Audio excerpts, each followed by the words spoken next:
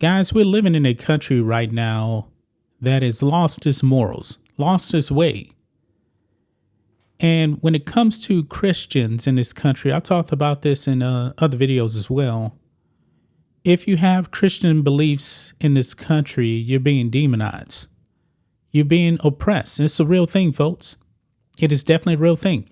Now, I just talked about in the video yesterday where the Democrats pushed this Respect for Marriage Act, because if you are a Christian, Muslim, or a Jew, and your faith doesn't agree with gay marriage, then you're open to lawsuits if you don't actually accept that.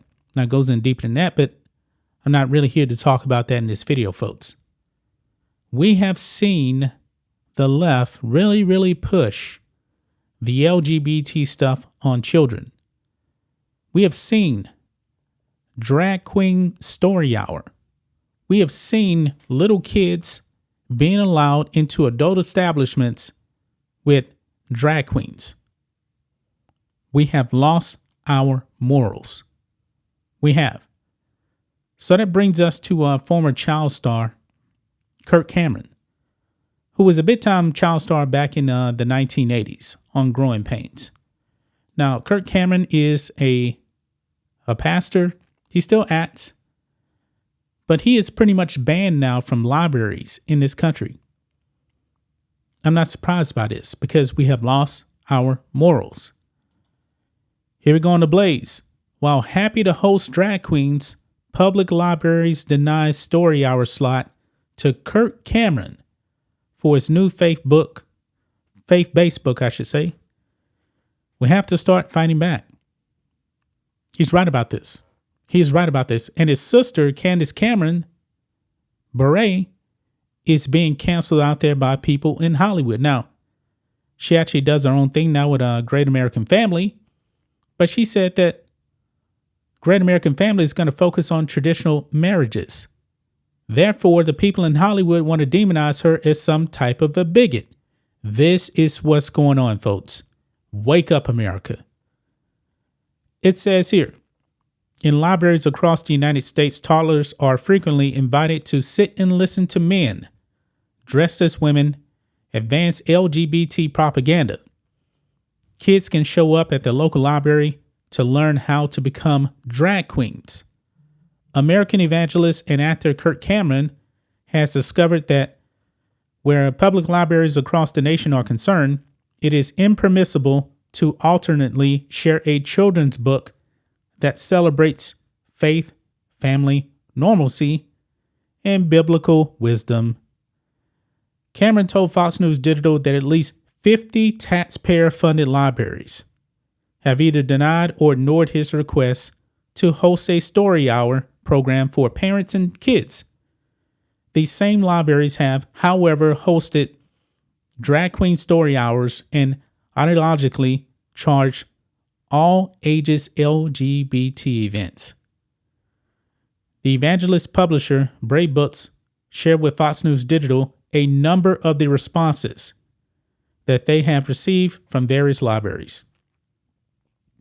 A library worker from the Rochambeau, if I'm pronouncing that correct, Rochambeau Public Library in Providence, Rhode Island, told Cameron and his publisher, quote, "We are a very queer-friendly library. Our messaging does not align. So therefore, he must go." Accordingly, the library stated, "No, we will pass on having you run a program in our space." When Brave Books pressed an official affiliated with the Providence Library on whether the company could fill out an application anyway, the official responded, quote, "You can fill out the form to reserve space to run the program in our space, but we won't run your program." What is going on in this country, folks?